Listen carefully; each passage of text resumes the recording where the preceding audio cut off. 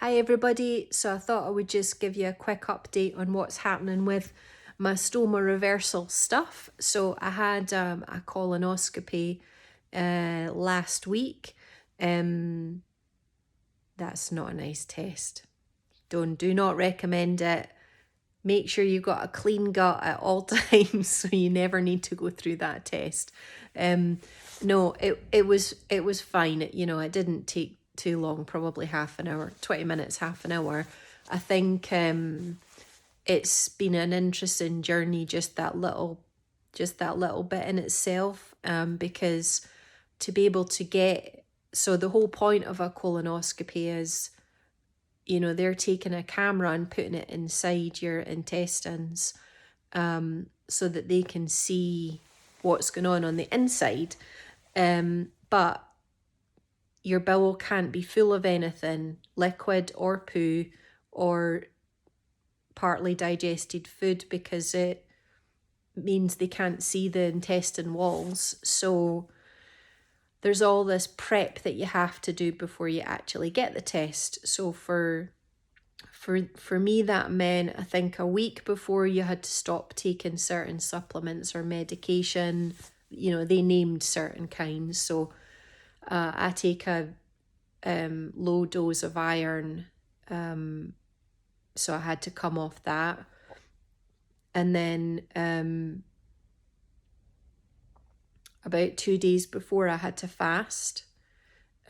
So I think my last meal was the Wednesday evening, and my appointment was Friday at 2:30, plus all the prep stuff with the nurses, getting it done, and then recovery afterwards. So I was just short of, I think, 48 hours without food.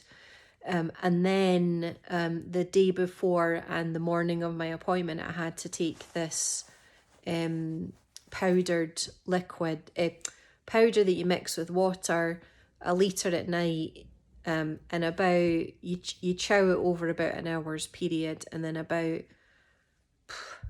within an hour, everything starts just coming out of you.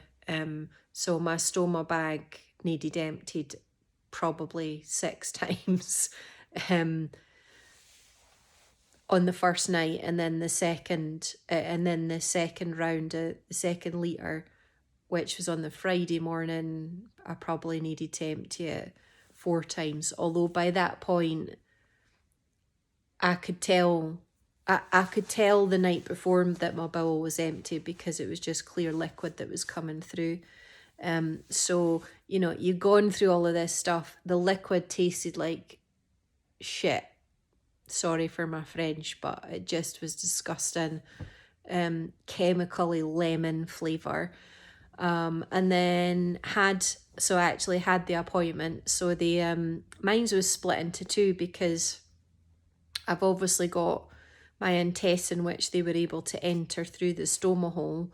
But I've also got the other bit that's tied, that leads from the tie down into my rectum and, out the other end. So they had to check both to be sure that both of them are in a good place, and are healthy. So I'm pleased to announce my rectal stump is healthy. Yay! That was really the bad part of the test. Up the bum, no, didn't like.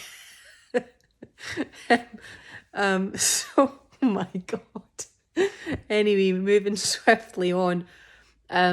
So the rectal stump is good. The large intestine was all clear, all healthy. They did not find a thing. I had the cleanest bowel in Scotland, and I got my report half an hour after the test was finished. So I basically go, that's me on the waiting list for my stoma reversal. So hopefully I'll hear in the next couple of weeks or month or so. The last I knew, I think the waiting list was kind of like 2 to 8 weeks. So fingers crossed I get picked up quickly. And then there's been an interesting follow-up on it since. So obviously, once we'd left the hospital, I had some food in the car, and I made sure I was eating, really healthy. And typically my diet now is like 3 or 4 days vegan, and then I'll have fish a couple of times a week, and then I still have eggs and a little bit of cheese. I found like milk and stuff doesn't agree with me, but I've known that for a long time anyway, so I don't drink cow's milk. And then I'll occasionally have like a bit of chicken or a little bit of beef if they're like really good quality, just to get some healthy proteins and some of the iron and things like that. So that's kind of what I'm eating. Loads and loads of fruit and veg, loads of variety, local, from the local farm. Lots of nuts, healthy fats, and so on. So that's typically what my diet's like. And because I eat so much vegetables and fruit and nuts, typically my stools are a little bit looser, and that's always been the case since I really moved to this kind of diet. Now I don't know if that'll be the case when I have normal plumbing. If it's partly about the amount of time that it's spent in the intestine, and I had 30 centimetres removed in my operation this time last year, so I'll need to just see what that is like once my plumbing is back to normal. But what I did notice was, so I timed the point that I took food in after my colostomy to the point that something came out my stoma, and it was 39 hours, which is highly unusual for me. So sometimes your bowel can go into a bit of shock and not move because something's been in it that's been bad, or surgeons have been poking around in it. Like that was what my surgeon said with after my first operation, was sometimes it can take a few days for the stoma to start working because your bowel goes into shock. And I think my bowel, like the camera's quite big, and I think my bowel was in a bit of shock. So 39 hours, granted I hadn't eaten anything, but I still think that's very long. And I've noticed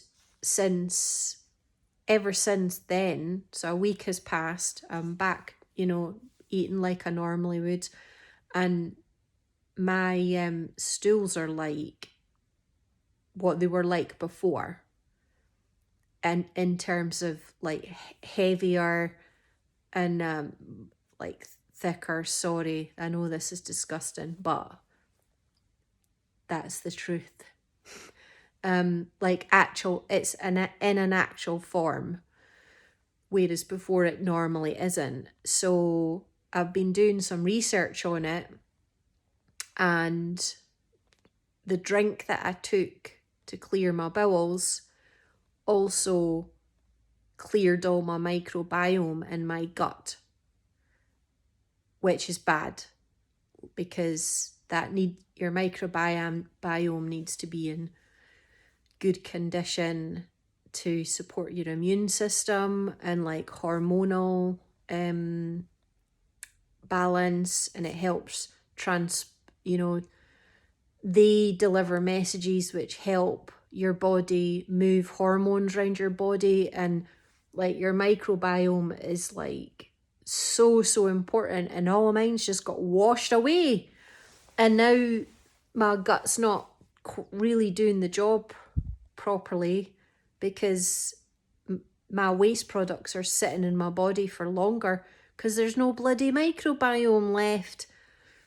Not very good. So I'm on the what is it, Udo's Super 8 I've had to order some of that to put some healthy microbiome back into my body, healthy bacteria. And then I'm going to be on all the fermented foods like sauerkraut, kimchi, kefir. I don't even know if I'm saying that right. The yogurt that's got live cultures in it. All of those foods help feed your gut bacteria. So I'm now having to do this like microbiome, like get some more in my gut and make, create a nice environment and feed them so that my immune system isn't compromised and my poos can get back to normal. So I know that was a lot of detail and a little bit gross, but I just wanted to share, so the good news, the main thing, I've had my test, I got signed off, my surgeon's happy, I'm on the waiting list. So as soon as I get my date and I'm, in hospital waiting, I'll let you know.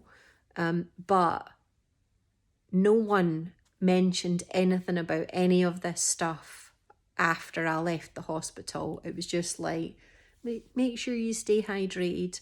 And if I hadn't caught this, I could have had months and months and months of health issues because my microbiome wasn't right. And I had to go away. I had a tiny inkling because something wasn't normal in my body. And previously I would have ignored that, but that led to me getting quite a big, by me ignoring like these tiny signs, it led to me ending up with a bloody bowel obstruction and stage 3 cancer. So whenever I get a gut feel that something isn't quite right, I'm trying to be a bit more proactive about it. And, and that was what the research told me. It totally blows my mind. So I wanted to share that because I felt it was interesting and it helped. I hope it helps you understand, your body's a really complicated thing and you need to listen to it. And